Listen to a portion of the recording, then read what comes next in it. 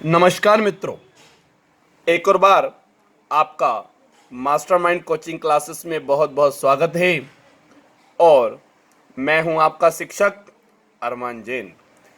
आज हम लोग गणित का अध्याय 3 का प्रश्नावली 3.3 का प्रश्न क्रमांक 1 का प्रश्न क्रमांक 2 हल करेंगे। तो मुझे उम्मीद है कि प्रश्न क्रमांक 1 आप सबको अच्छी तरह से समझ आया होगा। आज हम लोग प्रश्न क्रमांक 2 को अच्छी तरह से हल करेंगे। यदि आपको समझ में नहीं आता है या कहीं पर कुछ समस्या आती है तो आप मुझे कमेंट बॉक्स में जरूर जाकर बताएं। ठीक है, तो चलिए प्रश्न है s-t बराबर 3 s/3 प्लस t/2 बराबर 6। इसको हमने नाम दिया समीकरण 1 और इसको हमने नाम दिया समीकरण 2। सवाल से घबराना नहीं है, चाहे x दे या y दे, s t सभी इंग्लिश के लेटर्स हैं, घबराना बिल्कुल भी नहीं। चलिए मैं समीकरण 1 से s का मान निकाल लेता हूं।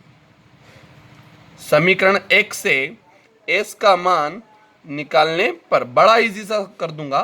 कई सारे टीचर इसको अलग तरह से भी कराते हैं, इसका एलसीएम लेना होता है, तो उसकी जगह हम इससे करेंगे s माइनस टी बराबर 3। s ऐसा का ऐसा ही है, t माइनस का है, t इधर आया काय का हो गया प्लस का, तो 3 प्लस टी और इसको नाम दिया हमने समीकरण 3। समीकरण 3, ठीक है। अब हम s का मान समीकरण 1 में रखें या 2 में रखें, तो मैं आपको पहले वाले सवाल में बता चुका था कि जिससे हम लोग मान निकालते हैं कभी भी उसमें मान नहीं रखते, हम लोग मान रखते हैं समीकरण 2 में। तो हम लिखेंगे s का मान समीकरण 2 में रखने पर, समीकरण 2 में रखने पर, चलिए समीकरण 2 क्या है हम लिख रहे हैं s/3 प्लस t/2 बराबर 6। s का मान मैंने पुट किया 3 प्लस t/3 प्लस t/2 बराबर 6। चलिए अब हम इसका लघुत्तम लेते हैं। 3 दूनी 6, 2 का मल्टीप्लाई हमने इधर किया, 2 गुणित 3 प्लस टी और 3 का मल्टीप्लाई इधर किया 3t बराबर 6। बटे में कुछ नहीं है, क्या माना 1। ठीक है, चलिए 2 का गुणा 3 में किया, 2 तिया 6, 2 का गुणा 3 में किया 2t प्लस 3t बटे 6 बराबर 6/1।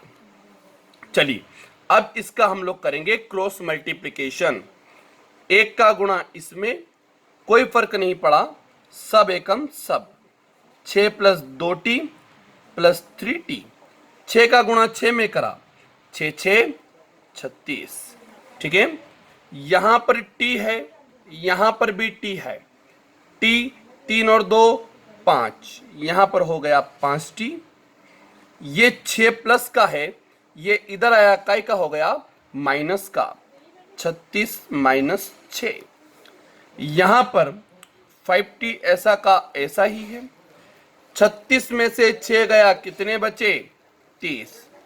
वैल्यू हमको निकालना है t की, ये दोनों मल्टीप्लिकेशन में है, ये इधर आया काय में हो गया बटे में, तो t बराबर 30/5, 5 छांग 30, यहां पर t का मान आ गया 6। अब मुझे t का मान आ गया, मुझे एस का मान निकालना है। मैं टी के मान को रखूंगा समीकरण 3 में। तो यहां लिखूंगा मैं कि टी का मान समीकरण 3 में रखने पर, चलिए समीकरण 3 क्या है? एस बराबर 3 प्लस टी, एस ऐसा का ऐसा ही, 3 भी ऐसा का ऐसा ही, प्लस भी ऐसा का ऐसा ही, और टी का मान है 6। एस बराबर 3 प्लस 6 इक्वल 9। तो यहां पर एस का मान आया है 9 और टी का मान आया है 6। बड़ा सरल सा सवाल था, मैं आप लोगों का रिवीजन करा रहा हूं। समीकरण 1 से हमने एस का मान निकाला, एस माइनस टी, ये टी माइनस का था, इधर गया काई का हो गया प्लस का, ये हो गई समीकरण 3। अब हम एस का मान समीकरण 2 में रखेंगे, तो यहां पर एस की जगह रखा मैंने 3 प्लस टी, ऐसा का सब कुछ सेम इट इज इट।